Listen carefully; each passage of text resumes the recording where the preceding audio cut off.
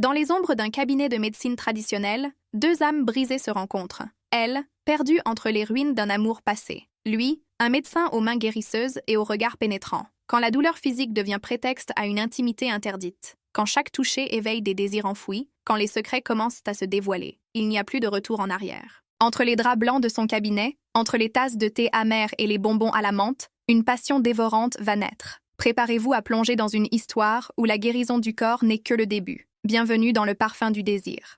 La nuit était tombée sur la ville quand Mademoiselle Chen poussa la porte du cabinet. Ses pas étaient hésitants, son visage pâle comme la lune. Le docteur Hu leva les yeux de ses notes médicales et son regard s'assombrit immédiatement en la voyant. « Mademoiselle Chen, qu'est-ce qui ne va pas ?» Elle ne répondit pas. Son corps tremblait légèrement, ses mains agrippées à son ventre. Il se leva d'un bond, traversant la pièce en quelques enjambées rapides. « Mademoiselle Chen, allez-vous bien? Allez-vous bien? Vous sentez-vous mal ?» Sa voix était devenue plus grave, presque possessive. Il s'approcha d'elle, si près qu'elle pouvait sentir la chaleur de son corps, l'odeur subtile d'herbes médicinales qui imprégnait ses vêtements. Que s'est-il passé? Elle leva enfin les yeux vers lui, et dans ce regard, il vit une vulnérabilité qui le transperça. « Docteur mon ventre me fait mal. » Il fronça les sourcils, son regard professionnel scrutant chaque détail de son visage. Mais sous cette façade clinique, quelque chose de plus sombre bouillonnait. Une douleur au ventre? Est-ce des crampes menstruelles? Elle hocha la tête faiblement, et il sentit quelque chose se serrer dans sa poitrine. La voir ainsi, fragile et souffrante, réveillait en lui un instinct protecteur qu'il ne comprenait pas entièrement. « Avez-vous pris des analgésiques? »« Oui, j'en ai pris. » Il resta silencieux un moment, ses yeux sombres fixés sur elle avec une intensité troublante. Puis, d'une voix basse et autoritaire, il ordonna « Allongez-vous. Je vais vous faire une moxibustion. » Elle hésita, ses joues rosissant légèrement. « Est-ce que je peux rester assise? » Il s'approcha encore, son visage à quelques centimètres du sien. « Qu'est-ce qui ne va pas? » Elle baissa les yeux, embarrassée. « J'ai peur de tacher les draps avec mon sang menstruel. » Un sourire presque imperceptible effleura ses lèvres. Il trouvait cette timidité attendrissante, dangereusement attendrissante. « Oh, je pensais que c'était quelque chose d'autre. Ne vous inquiétez pas, j'ai des draps jetables sur le lit. C'est juste votre pantalon. Je vous apporterai une veste pour vous couvrir plus tard. » Il marqua une pause, son regard s'assombrissant. « Si vous ne faites pas la moxibustion, allez-vous juste souffrir des crampes toute la nuit? » Elle céda finalement, s'allongeant sur le lit médical. Le docteur He s'approcha, ses mains expertes préparant les instruments. Quand il posa sa paume sur son ventre, elle sursauta au contact. « Qu'est-ce qui s'est passé aujourd'hui? Vous avez attrapé un coup de froid. Votre ventre est tellement froid. » Ses doigts glissèrent sur sa peau avec une lenteur délibérée, traçant des cercles apaisants. La chaleur de ses mains contrastait avec la froideur de son ventre, créant une sensation électrique qui la fit frissonner. « Je vais vous faire une moxibustion. » La fumée parfumée de l'armoise commença à s'élever dans la pièce, créant une atmosphère intime et envoûtante. Il travaillait en silence, ses mouvements précis et assurés. Mais ses yeux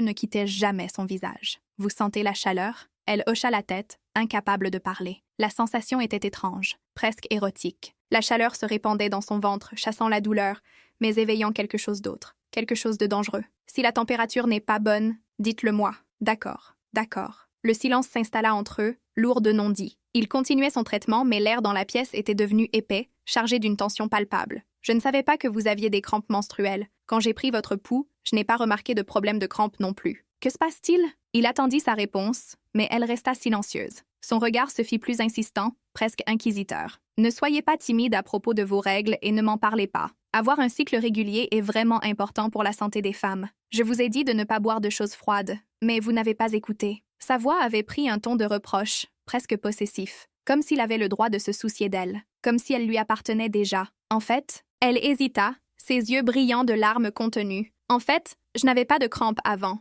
Il fronça les sourcils, son regard s'assombrissant dangereusement. « Avez-vous été prise sous la pluie aujourd'hui? » Elle ne répondit pas immédiatement. Son corps commença à trembler et il comprit que ce n'était pas seulement la douleur physique. « Qu'est-ce qui ne va pas? C'est juste que, quand j'ai mes règles, mes émotions sont partout. » Sa voix se brisa. « Désolée, j'ai besoin de pleurer un moment. » Et elle pleura, silencieusement d'abord, puis avec des sanglots qui secouaient tout son corps. Le docteur He resta immobile, ses mains toujours sur son ventre, sentant chaque tremblement, chaque soupir. Quelque chose en lui se fissura à cet instant, quelque chose de dangereux et d'incontrôlable. Il ne dit rien. Il la laissa pleurer, ses mains continuant leur travail apaisant. Mais dans ses yeux sombres, une promesse silencieuse se forma. Il allait la protéger, il allait la guérir. Et peut-être qu'il allait la garder. Quand elle se réveilla, la nuit était profonde. Le cabinet était plongé dans une semi-obscurité, éclairé seulement par une petite lampe dans le coin. Le docteur Ash était assis près d'elle, tenant une tasse fumante. Voilà, mademoiselle Chen, prenez un peu de ceci. Vous êtes tellement faible aujourd'hui. Prenez de l'eau de sucre brun. C'est bon pour votre sang. Vous le saviez? Allez, prenez une gorgée. Juste une gorgée. Elle prit la tasse, ses doigts effleurant les siens. Un frisson la parcourut à ce contact. Elle but lentement, sentant la chaleur sucrée descendre dans sa gorge. Quand elle rentra chez elle, sa colocataire l'attendait, les bras croisés, un sourire narquois aux lèvres. Ceci, ce n'est pas le mien. Elle désignait la veste oversize que mademoiselle Chen portait. C'est elle qui l'a apportée. Que devrions-nous faire alors? Non, non, non, faites juste semblant avec moi. Mais sa colocataire n'était pas dupe. Eh bien, cette chemise est... surdimensionnée! Votre anglais est tellement bon. Mademoiselle Chen sentit ses joues s'enflammer. Quelqu'un me l'a donnée. N'ai-je pas sali mon pantalon? Alors il me l'a juste donné pour me couvrir. Ce médecin TCM? Le ton était accusateur, presque jaloux. La dernière fois, vous aviez insisté pour dire que vous ne le connaissiez pas bien. Nous ne nous connaissons vraiment pas bien. Il était juste gentil. J'ai eu mes règles sur mon pantalon, et il m'a couverte pour que je n'aie pas honte. À quoi ressemble-t-il? Mademoiselle Chen hésita, l'image du docteur Hu surgissant dans son esprit, ses yeux sombres et pénétrants, ses mains fortes et assurées. La façon dont il l'avait regardé, juste un gars d'apparence moyenne. Mais sa voix l'a trahi. Vous aviez même appelé l'un un gars d'apparence moyenne. Mais je pense qu'il est assez beau. D'accord. Je ne me sens pas bien aujourd'hui. Je vais me coucher maintenant. Je prendrai une douche demain matin quand je me réveillerai. Êtes-vous sûre de pouvoir vous endormir si tôt? Oui, j'en suis sûre. Je suis tellement somnolente. Mais elle ne dormit pas. Elle resta éveillée, fixant le plafond, la veste du docteur He serrée contre elle. Elle pouvait encore sentir son odeur. Herbe médicinale, bois de santal, et quelque chose de plus masculin, de plus troublant. Elle ferma les yeux, et dans l'obscurité, elle revit ses mains sur son ventre, la chaleur, la douceur, l'intensité de son regard. Quelque chose avait changé ce soir, quelque chose d'irréversible. Les jours suivants passèrent dans un brouillard étrange. Mademoiselle Chen retournait au travail, donnait ses cours d'anglais, souriait poliment à ses étudiants. Mais son esprit était ailleurs, toujours ailleurs. Un après-midi, alors qu'elle terminait une session avec un étudiant, sa mère l'appela. « Mademoiselle Chen, pourriez-vous sortir un moment? »« D'accord, je vous recontacterai plus tard. Merci pour votre aide. » Elle sortit, le cœur battant. Sa mère avait ce regard qui signifiait qu'elle savait quelque chose. « Regardez par vous-même. » Elle lui tendit son téléphone. Sur l'écran, une photo. Mademoiselle Chen et un homme. Pas Yan Heng. Un autre homme. Le docteur She. La femme sur cette photo, c'est vous. Et l'homme, qui est-il? Pas étonnant que chaque fois que je mentionne Yan Heng dernièrement, vous évitez mon regard. Mademoiselle Chen sentit le monde basculer autour d'elle. J'ai rompu avec Yan Heng. Le silence qui suivit fut assourdissant. Nous avons en fait rompu il y a un moment. Je n'ai juste pas trouvé le bon moment pour vous le dire à tous les deux. Pourquoi? Pourquoi avez-vous rompu? Est-ce qu'il vous a maltraité? Non. Nous avons juste terminé en bons termes. Pourquoi ne nous l'avez-vous pas dit? N'est-ce pas étouffant de garder tout ça pour vous? En fait, il y a autre chose que je veux vous dire. Mais elle ne put pas continuer. Les mots restèrent coincés dans sa gorge. Comment pouvait-elle expliquer ce qu'elle ressentait? Comment pouvait-elle mettre des mots sur cette attirance dangereuse, sur cette obsession naissante? Ce soir-là, Mademoiselle Chen était assise seule sur un banc, perdue dans ses pensées. La conversation avec sa mère tournait en boucle dans son esprit. Les mensonges, les secrets, la photo. Pourquoi êtes-vous assise ici toute seule? Qu'est-ce qui vous tracasse? Elle leva les yeux. Le docteur He se tenait devant elle, les mains dans les poches, son regard sombre fixé sur elle avec cette intensité qui la faisait toujours frissonner. « Venez, allons prendre un encas nocturne. Mais je viens de dîner. Faites-moi confiance. La nourriture que je vais vous faire manger va tout clarifier. Allons-y. » Ils marchèrent côte à côte dans les rues sombres de la ville. Leurs épaules se frôlèrent parfois, créant une électricité palpable entre eux. Chaque contact, même accidentel, semblait chargé de signification. Le restaurant était petit, intime, éclairé par des lanternes rouges. L'odeur épicée du hot pot remplissait l'air. Ils s'assirent, face à face, si proches que leurs genoux se touchèrent sous la table. Le hot pot épicé est prêt. Merci. Faites attention, c'est chaud. Elle prit les baguettes, mais ses mains tremblaient légèrement. Il remarqua tout. Il remarquait toujours tout. Un si grand bol. Vous devriez éviter la nourriture épicée pendant que vous prenez des médicaments à base de plantes. Sa voix était douce, mais autoritaire. Comme s'il avait le droit de dicter ce qu'elle devait manger, ce qu'elle devait faire. Elle le regarda, vraiment le regarda, pour la première fois ce soir. Dans la lumière tamisée du restaurant, son visage semblait sculpté dans l'ombre et la lumière. Ses yeux sombres brillaient d'une intensité troublante. Votre famille vous soutiendrait-elle si vous étudiez si longtemps? Pourquoi me demandez-vous soudainement cela? Je pense à étudier à l'étranger. Il resta silencieux, son regard ne quittant jamais son visage. En fait, depuis que je suis enfant, j'ai suivi un chemin tracé. J'ai écouté mes parents, je suis entrée dans une université locale, j'ai étudié la gestion comme ils le voulaient, et maintenant, j'ai obtenu un emploi stable. Mais pour être honnête, je me sens vraiment perdue. Je veux étudier à l'étranger. Je veux sortir et voir le monde. C'est seulement alors que je saurai vraiment ce que je veux. Mais après en avoir discuté avec ma famille, ils ont soulevé tellement de préoccupations pratiques et maintenant je commence à vaciller. Quoi? Pensez-vous aussi que je ne devrais pas y aller? Non. Il marqua une pause, ses doigts jouant avec les baguettes. Je pensais juste à une amie à moi. Elle a aussi étudié à l'étranger. Elle savait exactement ce qu'elle voulait. Alors elle est partie sans hésitation. C'est incroyable. Je l'envie. Tout le monde traverse une phase comme celle-ci. Se sentir perdu, se sentir incertain, c'est complètement normal. Je vous admire vraiment. Vous travaillez depuis si longtemps, mais vous n'avez pas laissé la pression vous écraser pour rester en place.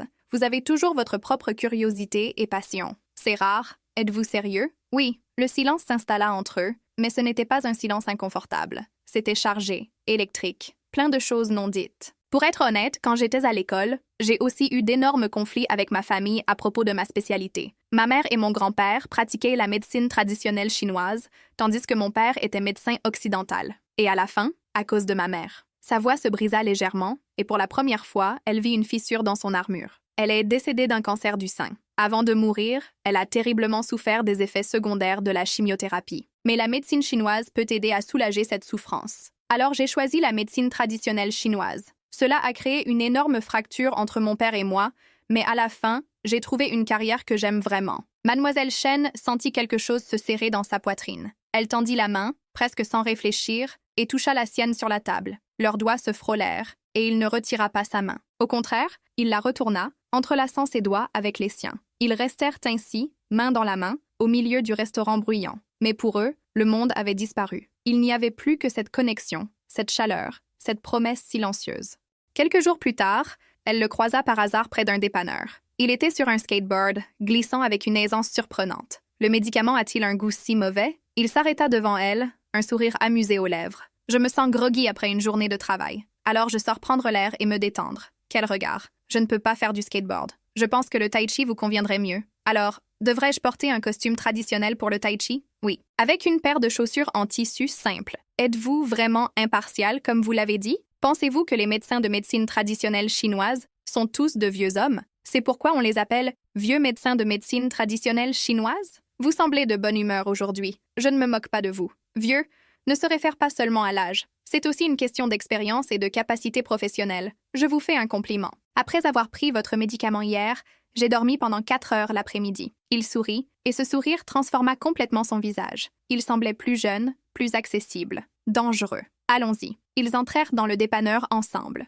L'espace était petit, confiné, et ils se retrouvèrent constamment à se frôler dans les allées étroites. Chaque contact envoyait des décharges électriques à travers son corps. Que voulez-vous acheter? Je n'ai pas encore décidé. Je vais juste regarder. Et vous? Si je prends des médicaments de médecine traditionnelle chinoise, puis-je boire du coca froid? Bien sûr que non. Et du Sprite? Non. Alors puis-je manger des bandes épicées? Elle le taquinait maintenant, et il le savait. Ses yeux s'assombrirent, mais un sourire jouait sur ses lèvres. À la caisse, elle prit quelques articles. Il se tenait derrière elle, si proche qu'elle pouvait sentir la chaleur de son corps contre son dos. Avez-vous besoin d'autre chose? Je vais ajouter ceci aussi. Elle prit un paquet de bonbons à la menthe et le posa sur le comptoir. Merci. Au total, c'est scanner simplement mon code de paiement. Il paya avant qu'elle ne puisse protester. Dehors, il ouvrit le paquet de bonbons et en prit un. Allez, essayez-en un. Elle hésita, puis prit un bonbon. Leurs doigts se touchèrent et elle sentit son souffle se bloquer. Qu'est-ce qui ne va pas? Rien. C'est bon, c'est correct. Je préfère la saveur menthe. Il la regarda intensément puis tendit le paquet entier vers elle. C'est pour vous. Pourquoi me donnez-vous des bonbons?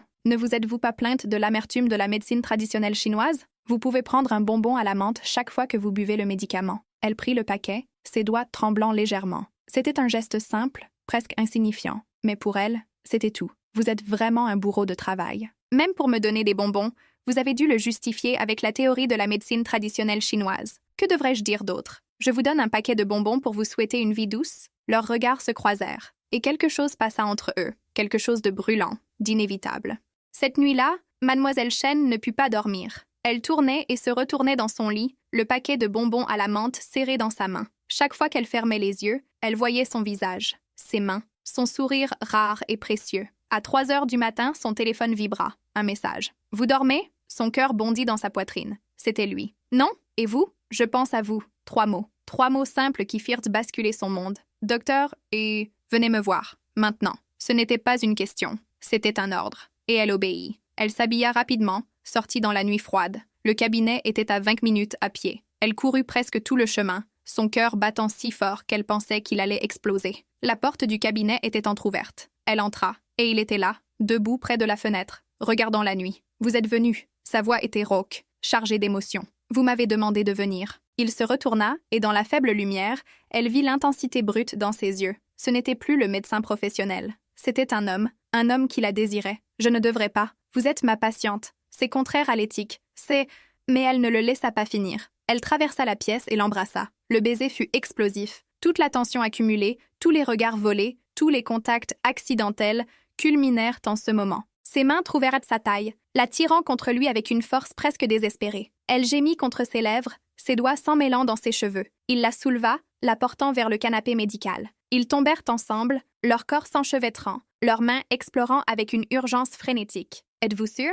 Il murmura contre son cou, ses lèvres traçant un chemin de feu sur sa peau. « Oui, oui, s'il vous plaît. » Il n'avait pas besoin d'en entendre plus. Ses mains glissèrent sous son chemisier, caressant sa peau nue. Elle arqua son dos, pressant son corps contre le sien. La chaleur entre eux était insupportable, consumante. Leurs vêtements disparurent dans un brouillard de désir, peau contre peau, souffle contre souffle. Il l'embrassa partout, chaque baiser marquant sa possession, sa revendication. Quand il entra enfin en elle, elle cria son nom. Il bougea lentement d'abord, savourant chaque sensation, chaque frisson qui la parcourait. Puis plus vite, plus fort, les perdant tous les deux dans un tourbillon de plaisir. Ils atteignirent le sommet ensemble, leurs corps tremblants, leurs voix mêlées dans un cri de libération pure. Après, ils restèrent enlacés sur le canapé, leur respiration se calmant lentement. Il caressa ses cheveux, déposant de doux baisers sur son front. « Je ne vous laisserai pas partir. Vous le savez, n'est-ce pas ?» Elle leva les yeux vers lui, et dans son regard, elle vit la vérité. Ce n'était pas juste du désir, c'était de l'obsession, de la possession, de l'amour dark et dangereux. « Je ne veux pas partir. Alors restez avec moi, pour toujours. » Et dans l'obscurité du cabinet, entourés par l'odeur des herbes médicinales et le parfum de leur passion, ils scellèrent leur destin. Il n'y avait plus de retour en arrière. Ils s'appartenaient, maintenant, corps et âme. Le lendemain matin, quand elle se réveilla dans ses bras, le soleil filtrait à travers les rideaux. Il dormait encore, son visage détendu, presque vulnérable. Elle traça doucement les contours de son visage avec ses doigts, et il ouvrit les yeux. « Bonjour, bonjour. » Il l'attira contre lui, l'embrassant profondément. « Regrettez-vous ? Jamais. Bien, parce que je ne vous laisserai jamais partir maintenant. » Et elle sut qu'il était sérieux. Elle avait éveillé quelque chose en lui, quelque chose de sombre, de possessif, d'indomptable, mais elle ne voulait pas s'échapper. Elle voulait être consumée par ce feu, elle voulait être sienne. Dans les semaines qui suivirent, leur relation devint un secret délicieux et dangereux. Ils se retrouvaient tard dans la nuit, dans son cabinet, dans son appartement, dans des endroits cachés où personne ne pouvait les voir. Chaque rencontre était plus intense que la précédente. Il la marquait, la réclamait, encore, et elle se donnait à lui complètement, sans réserve. Mais les secrets ont une façon de se révéler. Et quand le monde découvrit leur liaison, tout changea. Sa famille était furieuse, ses amis étaient choqués, mais lui resta inébranlable. Elle est à moi, et je suis à elle. C'est tout ce qui compte. Et face à cette déclaration, face à cette certitude absolue, le monde n'eut d'autre choix que d'accepter. Parce que certains amours sont trop puissants pour être niés. Certaines connexions sont trop profondes pour être brisées. Et leur amour, dark et consumant, était exactement cela. Indestructible, éternel, absolu.